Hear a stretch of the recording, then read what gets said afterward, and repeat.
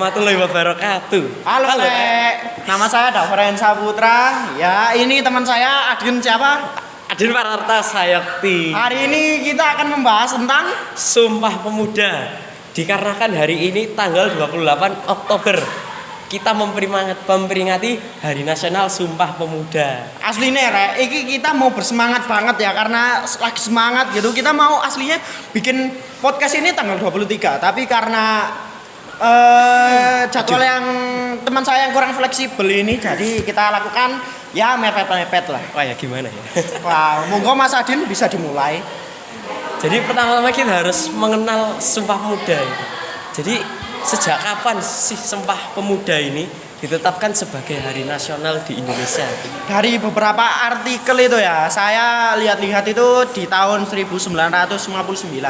Kenapa kok di tahun ini? Soalnya pemuda dulu tuh masih belum ngerti lah istilahnya. Ini kan juga peraturan gitu lama banget dan jarang orang ketahui. Apalagi dulu gak ada yang memotret atau memvideokan, masih jarang lah. Agak susah ya untuk seperti kita mencari-cari tahu gitu ya. Iya, seperti itulah. Ya, mungkin apa yang membuat dari Sumpah Pemuda ini begitu penting bagi pergerakan kemerdekaan Indonesia?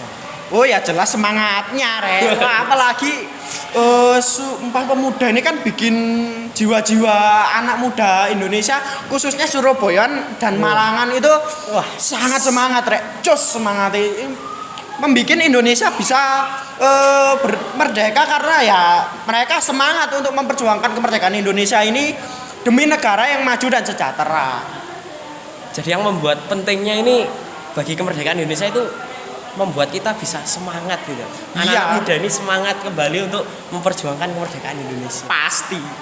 Nah, terus ini ada, mengapa keputusan ini diharapkan menjadi asas bagi setiap perkumpulan kebangsaan Indonesia dan untuk dibacakan di muka rapat perkumpulan.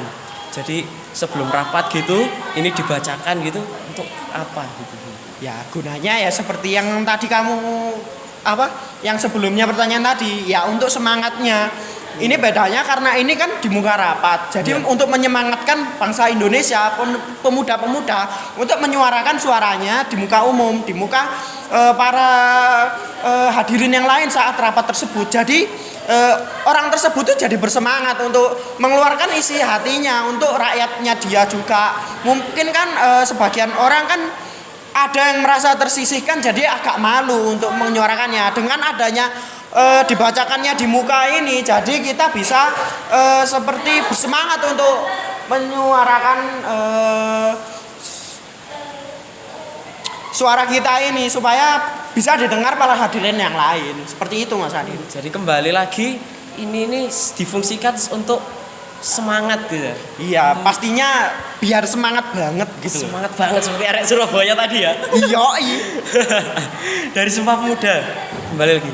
Apa saja yang bisa diajarkan pada kita dari Sumpah Pemuda ini? Ya, yang tadi dari nomor 2 dan nomor 3 ini.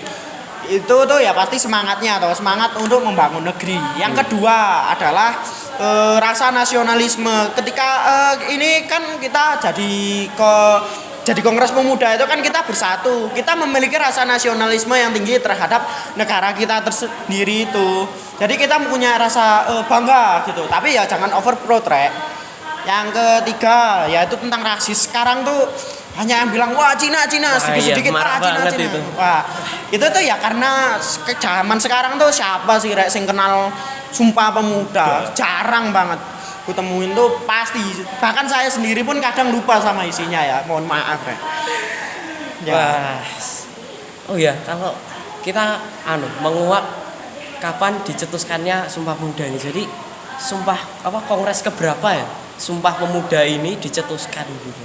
Di kongres keberapa? Kan ada 2 ya kalau nggak salah. Iya, di kongres kedua Mas yang tanggal 28 Oktober itu. Tahun 1928. Di kota Jakarta ya? Iya, tepatnya di kota Jakarta. Saya kurang tahu ya tempat gedungnya itu di mana atau rumahnya di mana. Tapi yang jelas ya di Jakarta, kota Jakarta. Kan kita tahu Kongres Pemuda ini ada 2. Yang pertama juga yang kedua. Sebenarnya apa tujuan dari diadakannya Kongres Pemuda ini? untuk mempersatukan Indonesia. Bayangin kamu ada banyak suku, ada banyak pulau, ada banyak kepercayaan, ada banyak bahasa. Gimana kalau misalnya nggak ada nih Sumpah Pemuda di Indonesia, pasti bercerai-berai. Kenapa? Mereka nggak punya bahasa yang satu, bahasa Indonesia. Mereka nggak punya bangsa yang satu, bangsa Indonesia. Mereka nggak punya tumpah darah yang satu, yaitu tumpah darah Indonesia. Mereka nggak akan ada yang namanya tanah air satu, yaitu tanah air Indonesia. Nggak akan ada kalau nggak ada Sumpah Pemuda. Jadi Kongres Pemuda ini kita diadakan agar seperti mencari titik supaya ini bisa sama. Ya, titik temu untuk bisa sama, titik temu supaya Indonesia ini bisa menjadi satu, yaitu satu Indonesia. Ada juga ini, menurut Muhammad Yamin, jadi ada 5 faktor yang menyatukan bangsa. Apa aja tuh? Pertama sejarah, kedua bahasa, ketiga hukum adat, Yuk. pendidikan, terakhir kemauan. Nah, jadi dari kelima ini kira-kira mengapa kok bisa jadi 5 ini bisa menyatukan bangsa Indonesia? Tadi yang pertama apa? Jadi yang pertama adalah sejarah. Ya, sejarah, dari sejarah dulu ya. Dulu tuh nggak ada yang namanya Indonesia. Dulu tuh adanya Nusantara. Jadi ya begitulah. Kenapa kok Indonesia ini sejarah gitu? Ya karena dulu dari yang awalnya nol, tidak ada yang kenal antara daerah satu ke daerah lain. Jadi tahu. Jadi menjadi satu, menjadi kumpul untuk merdeka di tanah airnya. Jadi alasan kenapa kok sejarah ini masuk, ya jelas karena dari yang awalnya nggak kenal jadi kenal, yang awalnya nggak tahu jadi bisa mengerti, bisa satu sama lain, bisa berinteraksi gitu. Dan yang kedua apa? Selanjutnya itu bahasa. Wah, bahasa ini kan sebenarnya ada banyak ini ya. Ya, bahasa Indonesia itu terbentuk dari bahasa Melayu yang disempurnakan. Jadi kenapa kok pakai bahasa Melayu? Jelas karena bahasa Melayu lebih banyak digunakan. Sebenarnya ada 2 bahasa yang paling sering digunakan, bahasa Jawa sama bahasa Melayu. Tapi sayangnya bahasa Jawa terlalu sedikit digunakan ya. Mungkin cuma di sekitaran Jawa aja. Iya. Jadi ya ini mengapa kok bahasa menjadi salah satu faktor, yaitu karena bahasa itu satu. Bahasa Indonesia itu kan dari bahasa Melayu yang aslinya bahasa daerah toh. Jadi bahasa Melayu disempurnakan untuk jadi bahasa nasional supaya kalau kamu ke daerah lain tuh kamu nggak usah belajar bahasa misal kamu mau ke Papua, kamu nggak perlu ke Papua. Itu belajar bahasa Papuanya gitu. Ya. Gitu. Kayak bahasa Inggris ya, mungkin misal kita mau ke Malaysia kita tidak bisa, atau ke Cina mungkin. Ya, kita kan tidak bisa bahasa Cina. Ya kan kita nggak bisa gitu Ya. berinteraksi sama mereka, tapi kita bisa pakai bahasa internasional ya, atau bahasa Inggris. Jadi ya semangat pemuda. Jadi semangat Sumpah Pemuda ini harus kita jaga. Wah, pasti Mas. Ya. Karena apa? Karena agar persatuan dan kesatuan bangsa itu tetap terjaga. Ya pasti, kalau nggak ada itu ya wah seperti yang tadi saya jelaskan, hancur lebur. Pasti kita beda-beda, tidak bersatu gitu ya. Iya. Kita malah jadinya kayak negara Amerika nanti Mas. Setiap daerahnya, negaranya punya otonominya sendiri. Punya pemikiran-pemikiran sendiri ya. Iya, nanti kayak Aceh merdeka nanti. Kok agak ngeri ya?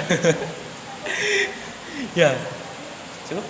Ya. Ya, mungkin sekian begini pembicaraan kami mengenai Sumpah Pemuda. Ya, mohon maaf kalau ada kesalahan kata. Ya maaf rek, saya orang Osing, habis itu ketemu bahasa Malangan, jadi rodok kasar-kasar gitu ya maaf ya rek ya. Jadi mari kita jaga semangat Sumpah Pemuda ini Supaya kita bisa terjaga dari terpecah dari Indonesia, supaya kita tetap bersatu dan menjadi negara yang maju. Oke rek, terima kasih. Wassalamualaikum warahmatullahi Warahmatullahi wabarakatuh. Jos.